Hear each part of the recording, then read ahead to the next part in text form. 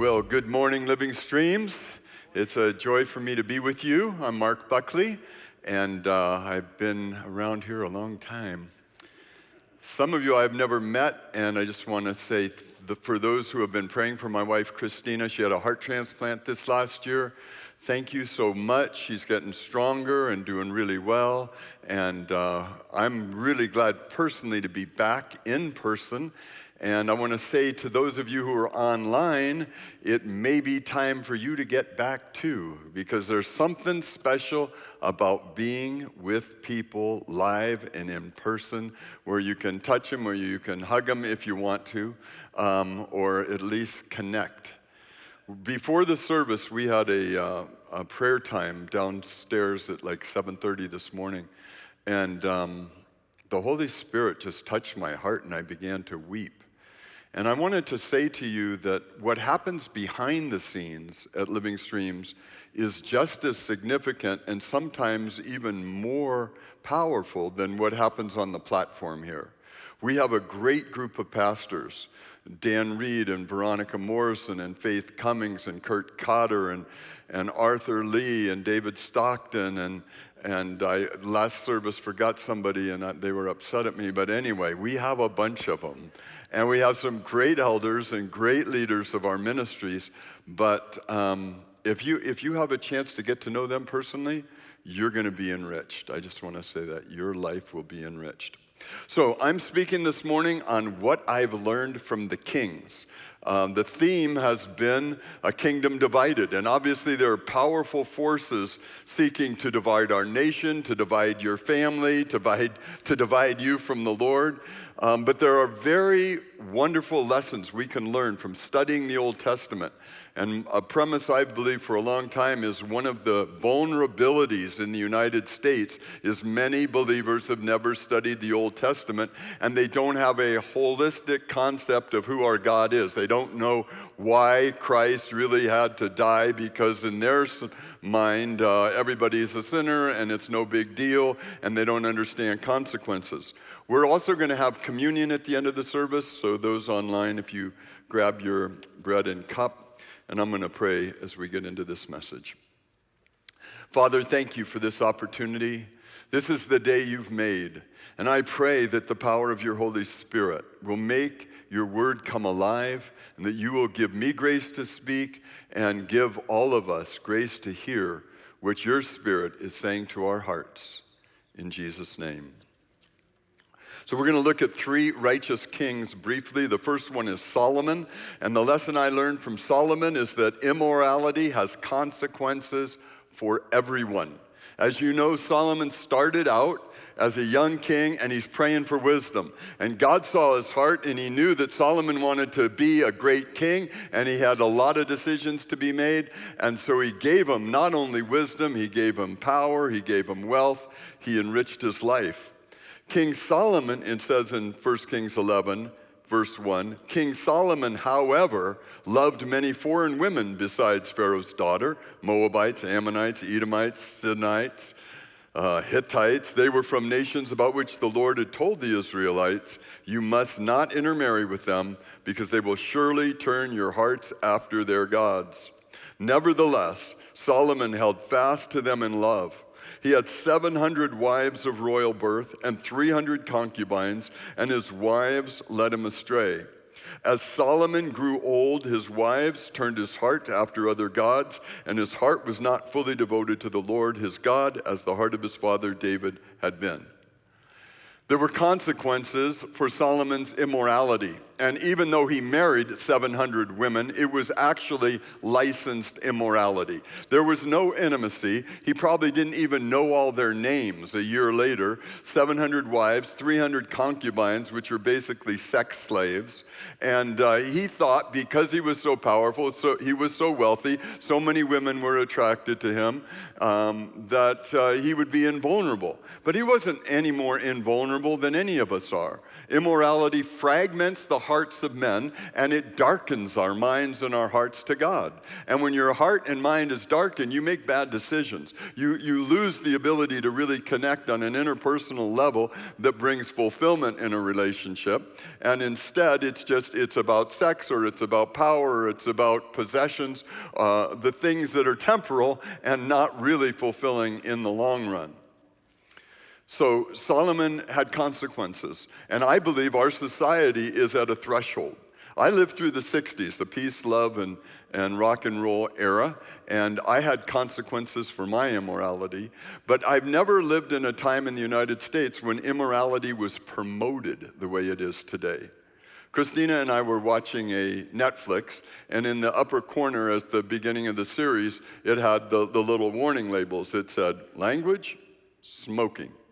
So we were watching to make sure if anybody smoked, that we'd be ready. But regardless, what struck me was the fact that it was full of immorality. I mean, men with all kinds of different women, women with all kinds of different men, women in bed with other women. But that's all normalized. That's all almost celebrated in our culture, as if we're being liberated from the shackles of the past. Now, I have real concerns because I know there's going to be a tidal wave of consequences, mental illness and divorce, and I think pornography is a spin-off of that, and it creates a diminishing of the soul of men who are made in the image of God. But it also says in Psalm chapter 2 that when the kings want to throw off their shackles, he who sits in the heavens laughs. It's like the Lord isn't in a panic about our society. He laughs because there is no other way to bring fulfillment other than to learn how to love one another, serve one another, stay faithful in a covenant relationship. That's what builds a healthy marriage. That's what builds a healthy family. That's what brings up healthy kids. That's what brings the blessing of God. And if people want to experiment, as they have over thousands of years, he who sits in the heaven laughs and waits. Second thing I want to get into, the second king, is Hezekiah from 2 Kings chapter 18. In the third year of Hoshea, son of Elah, king of Israel, Hezekiah, son of Ahaz, king of Judah, began to reign. He was 25 years old when he became king, and he reigned in Jerusalem 29 years. His mother's name was Abijah, daughter of Zechariah. He did what was right in the eyes of the Lord, just as his father David had done. Skipping to verse 5, Hezekiah trusted in the Lord, the God of Israel. There was no one like him among all the kings of Judah, either before him or after him. Hezekiah was a righteous king. What he did was pleasing in the eyes of God. He was pleasing to God, and God blessed him. Now here's the illusion that many people have, and I had this to a certain extent myself. The illusion is this, that if we're pleasing to God, we definitely don't have to worry. I mean, I had 3 kids and no life insurance. I had 4 kids and no health insurance. Because I thought, since I was living this life that was pleasing to God and following Jesus, I just really didn't have to worry about that kind of stuff. You know what I mean? I had a divine protection, hedge of thorns, prayed over me, and everything was going to be fine. And here's what happens to Hezekiah in 2 Kings 18, verse 13. In the 14th year of King Hezekiah's reign, Sennacherib, king of Assyria, attacked all the fortified cities of Judah and captured them. The fortified cities were the outlying cities that protected the nation from the initial attacks so that the bad guys didn't get all the way to Jerusalem. So Hezekiah, king of Judah, sent this message to the king of Assyria at Lachish. I've done wrong. Withdraw from me, and I will pay whatever you demand of me. So here's Hezekiah's first mistake. He assumes because he gets attacked that he must have done something wrong. Something was displeasing to God. If something is wrong in somebody's life and we assume it's because they're displeasing to God, we are basing our understanding on a false premise. He had done nothing wrong until he starts trying to appease the bad guys, until he starts to apologize to the king of Assyria who's trying to destroy him, and then he makes a real deceptive bargain with the king. He said, I'll pay whatever you demand of me. And then the king of Assyria exacted from Hezekiah, king of Judah, 300 talents of silver, 30 talents of gold. So Hezekiah gave him all the silver that was found in the temple of the Lord and in the treasuries of the royal palace. At this time, Hezekiah, king of Judah, stripped off the gold which had covered the doors and doorposts of the temple of the Lord, and he gave it to the king of Assyria. In other words, he was going to make a treaty with him. He was going to buy him off. He thought that if he just gives him the gold, gives him the silver, the bad guys are going to go away. In the late 1930s, Neville Chamberlain met with Adolf Hitler. Chamberlain was the prime minister of Great Britain.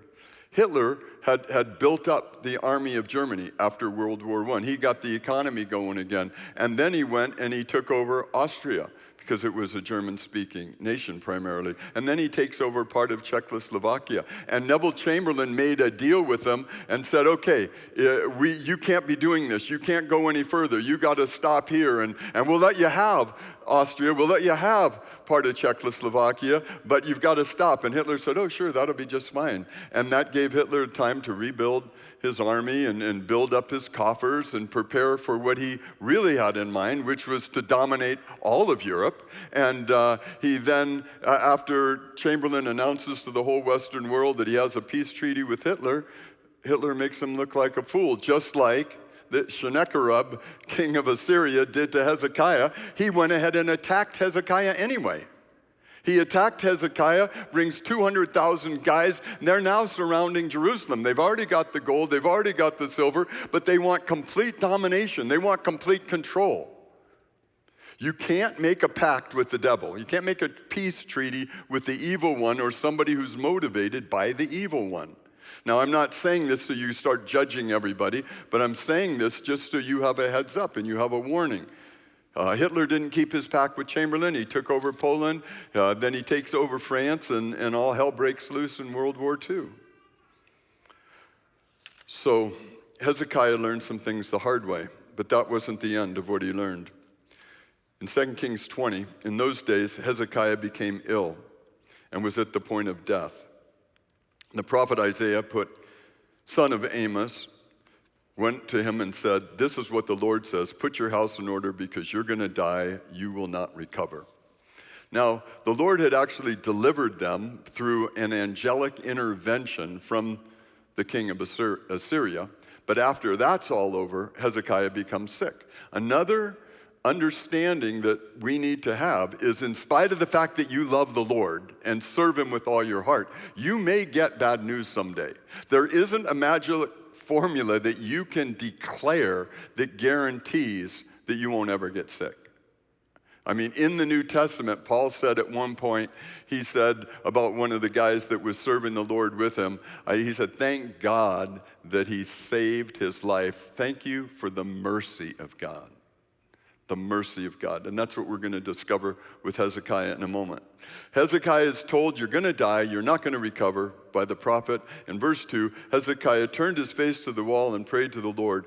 Remember, Lord, how I walked before you faithfully and with wholehearted devotion and have done what is good in your eyes. And Hezekiah wept bitterly. He's like, I don't want to die. I can't believe you're going to let this happen to me, Lord. I'm still, who knows how old he was. He was probably 40-something years old at that point. Before Isaiah had left the middle court, the word of the Lord came to him. Go back and tell Hezekiah, ruler of my people. This is what the Lord, the God of your father David says. I've heard your prayer and seen your tears. I will heal you. On the third day from now, you'll go up to the temple of the Lord. And my third point is the mercy of God is amazing. Isaiah goes on to say, I will add 15 years to your life. I will deliver you and this city from the hand of the king of Assyria. I will defend this city for my sake and for the sake of my servant David. I'm going to take care of you, Hezekiah. I have heard your cry.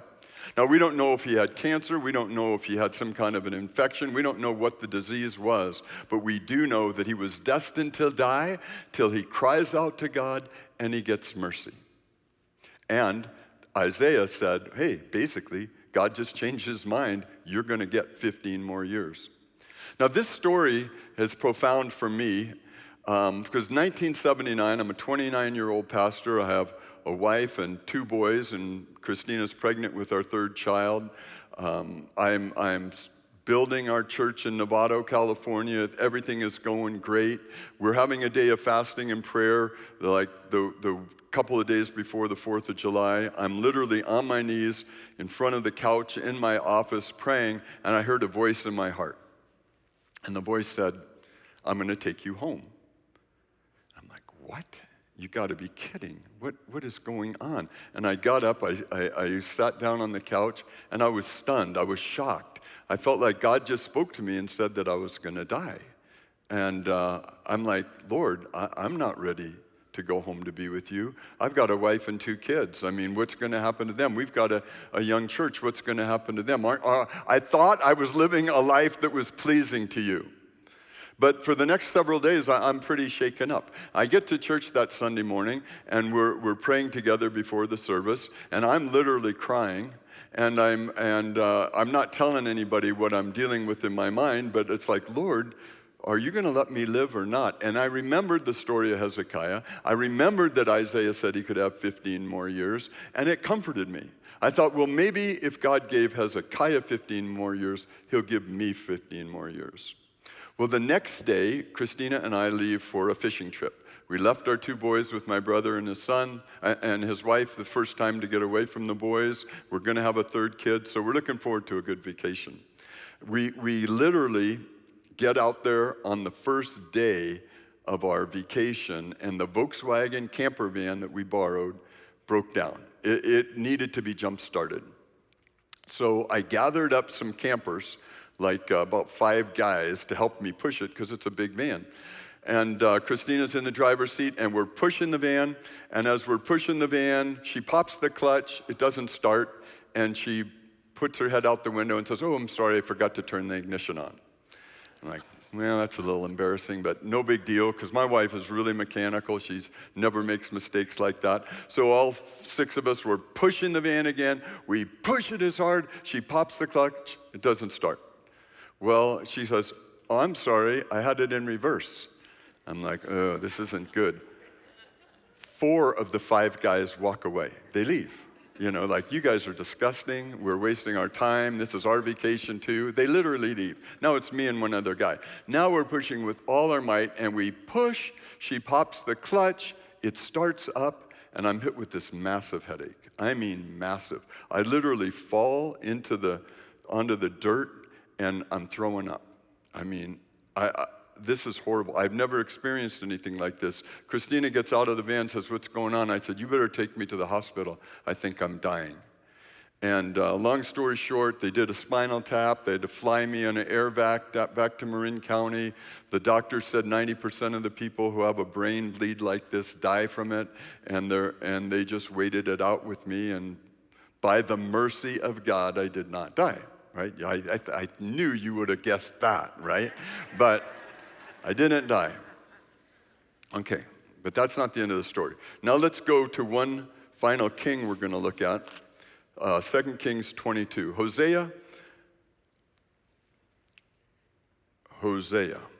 Josiah, was 8 years old when he became king. And he reigned in Jerusalem 31 years.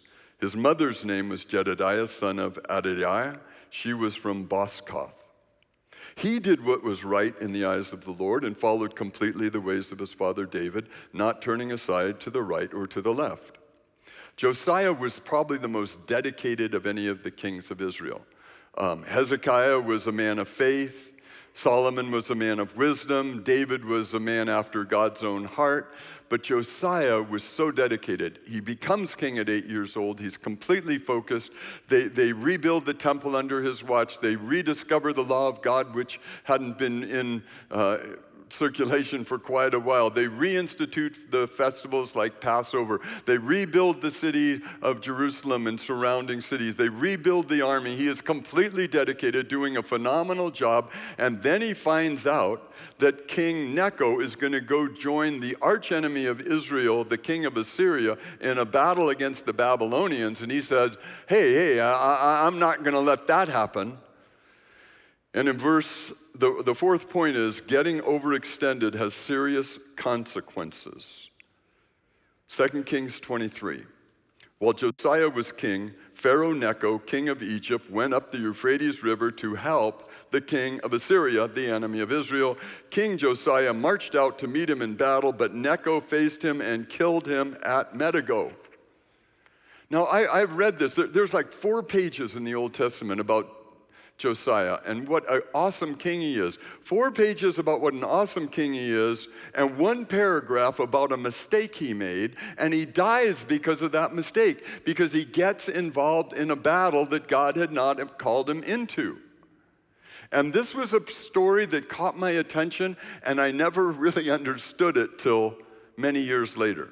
Okay, I want to fast forward. It's 1994. Kurt Cotter and I flew up to Bellingham, Washington, because a young boy in our church, who was my next door neighbor, oldest of 6 kids, who we had helped raise for 3.5 years while his dad was in prison, this young boy was in a coma in the hospital in Bellingham because he had rolled the car he was driving into a pond. The other kids got out of the car, and he wasn't able to extract himself for 20 minutes before they pulled him out. So he was in a coma, mostly brain dead. So we go up there, and we're going to pray for him. And I told Kurt on the way up, I said, Kurt, I'm not in good shape at all. I mean, I'm not in good shape. I had been in Alaska to minister to some parents whose kids had died because our son had died 2 years earlier, and so I was being called to help other pastors whose sons were in crisis or daughters had died or stuff like that. I'd been in California at a missions conference when there was a lot of struggles and challenges in this mission conference, and several other trips that left me depleted. I was so depleted that I didn't have the grace for this emergency that I felt like we needed to go into. So we were up there for several days. I should have gone home, but I wasn't wise enough to know that the Lord had not called me to stay there. So Christina, my wife, shows up, and our son Philip shows up, and David Stockton's parents, Billy and Patty, show up because David was there at the camp too, and we're all sharing this bungalow one night. And they all fall asleep. I can't fall asleep. My mind is just racing. It's just going continually. And I'm hearing fireworks in the distance. And when I'm hearing the fireworks, it's keeping me up even more. And then my heart starts beating, and it's just racing. And I'm thinking, I'm having a heart attack. I'm about to die, right? And then I start thinking back. It's 4th of July. I feel like I'm dying of a heart attack. The last time I thought I was going to die was 1979. That's 15 years ago. I had asked God for 15 years. The 15 years is up. I'm not paranoid. I'm dying. I really thought that. So I go and wake up my son, Phil. I said, Phil, I just want to say goodbye. And he goes, what? I said, I think I'm dying. He says, Dad, you're crazy. Go back to sleep.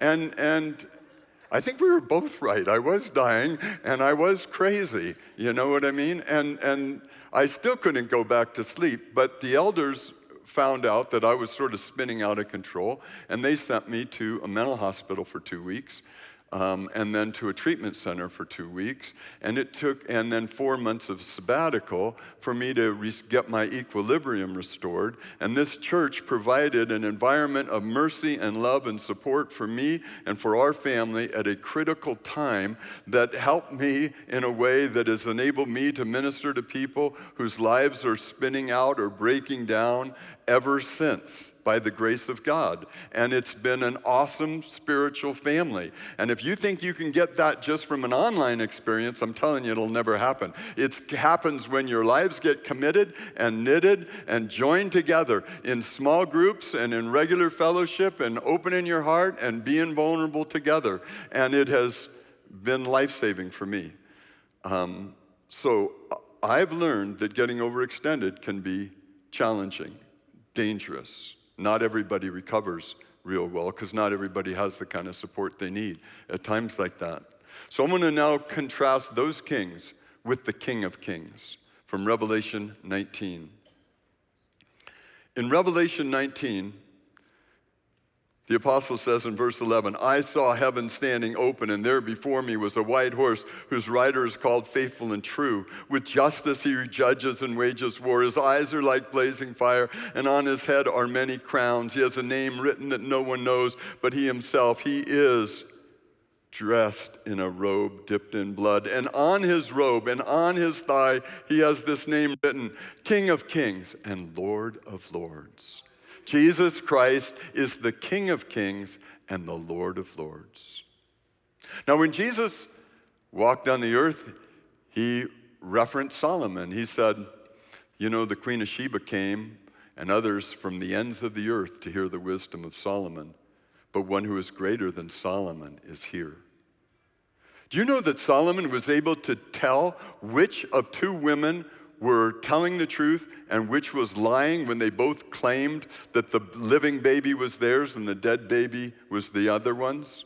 He could tell who was a liar. But Jesus Christ can take the heart of a liar and turn that person into a truth teller. You know that Moses, when he was on the earth, when somebody was involved in immorality, he brought the death penalty to them. That's how they ended the plagues of immorality. But Jesus Christ can take an immoral person and make that immoral person a covenant keeper. I know that because I was immoral. And you who have been immoral can be covenant keepers. I've been married by the grace of God for 47 years, and we enjoy a good covenant together, a good life together. And so can you. It says in Matthew 11:11, and my final point here is, the King of Kings makes simple people great. Truly, I tell you, among those born of women, there's not arisen anyone greater than John the Baptist. Yet whoever is least in the kingdom of heaven is greater than he. What does this mean? Among those born of women, in other words, any person who's got a mom, which includes Moses, the great leader of Israel. It includes Hezekiah, the king full of faith. It includes Josiah, the great dedicated king. It includes Elijah, the great prophet. He who is least in the kingdom of heaven is greater than he.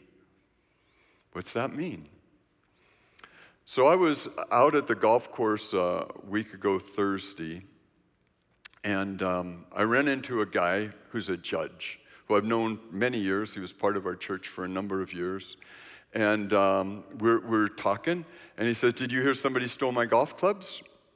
And I had forgotten, but he had told me that before. I didn't say anything, and he goes, I said, well, did you get some new ones? And he goes, no. As a matter of fact, they caught the guy.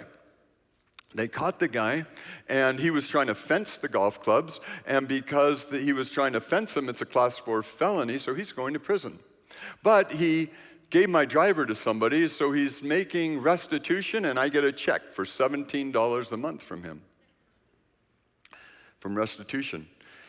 And I thought about that, because most of the time, throughout most of my life as a believer, I would have thought, that's so great. We got to stop these golf course thieves, If they take your clubs like that, he's going to prison, it's going to be restitution. But I had heard a story that very morning in this sanctuary about Adriana Gruber's mom, Celia Clifton. Adriana, when she was young, had gone to a car wash. And when she goes to the car wash, she noticed after she gets her car back that somebody had stolen a bunch of stuff out of her car. And she's, grieved, and she goes home and tells her mom. And her mom is this fiery Mexican lady who loves the Lord, hears that the thief has taken Adriana's stuff, so she drives straight back to the car wash, goes to the manager of the car wash and says, I want to talk to all of your employees. And the guy shuts the car wash down He shuts it down, and he gathers all 20 or so employees, and she starts preaching the gospel. She starts telling them that Jesus Christ died on the cross for their sins, and that she knows they're sinners, and he knows they're sinners, and we're all sinners, but sinners can be forgiven. And one of the guys starts crying. He's the thief. He cries and he confesses. And the rest of the guys prayed with her to give their lives to Jesus Christ. And after these guys all pray with her, she goes to the car wash manager and she says, "That guy that stole the stuff, who's given it back, I don't want you to fire him. I want you to promote him. I want you to promote him because you can trust him now. He's going to follow the Lord." And I wanted to tell my friend the judge, hey, hold on a second. There is a better way. There's a better way than trying to just eradicate sin through punishment. The tragic case of what happened down in Atlanta was a guy trying to purge his own soul by killing 8 people who were involved with him in immoral practices. And I'm sure several of the ones he killed had nothing to do with his own immoral practices. He had become a slave to sin as a Christian who had compromised. His church said he was no longer welcome in the church, which is a backstory that I found very sad. His church condemned the action and then they condemned him. We need to condemn sin, and we also need to admit that we have all sinned and sinners need the church. We need the church, each and every one of us. We need the church to be the agent of God's mercy on the earth. We need the church to proclaim the gospel that Jesus Christ died for every one of us, for the judge and for the thief. Jesus Christ died for every one of us so that we can all be forgiven, so that we can all be transformed. My sister was visiting for the first time in 35 years. Last night she came over for dinner. And I reminded her of what happened 35 years ago. She had been put on an airplane by my brother because her life was in a big mess and sent to live with us. Living Streams had 15 people in it at the time. My sister had a real struggle going on. We welcomed her into our home. I had been going door to door, inviting people to Living Streams. I had been going to the parks and witnessing for Christ. Everything I could to try and help the church grow, and I reached a couple of people. My sister Katie comes, and she invites her friend Robin. Robin comes to Living Streams and invites her boyfriend Ben. Ben comes to Living Streams and invites his friend J.B. Butler. J.B. Butler comes to Living Streams and invites his parents Yule and Betsy Butler. Yule and Betsy Butler invite their friends George and Mary Ellen Van de Wingard, and they also invite Steve Onaveris. Steve Onaveris was a pitcher for the Oakland A's. George Van de Wingard was the head surgeon at Good Samaritan Hospital. Yule Butler was the head broker at the Shearson Lehman Hutton office, and we went from a dinky little church of nobodies to a bigger church with somebodies in it. All because my sister Katie, in spite of the fact that her life was very broken down, decided she would let God use her while she was here. If you focus on why you're disqualified, you'll never do anything for the Lord. But if you focus on what Jesus Christ has done as a gift for you, dying on the cross so you could be forgiven, don't ever tell him what he did was not enough. It was more than enough to forgive us and more than enough to cleanse us so that every one of us can be a recipient of the grace of God and the power of the Holy Spirit. That's the gift of God that makes simple people like us great. All of us in our own way have something great because Christ is in you.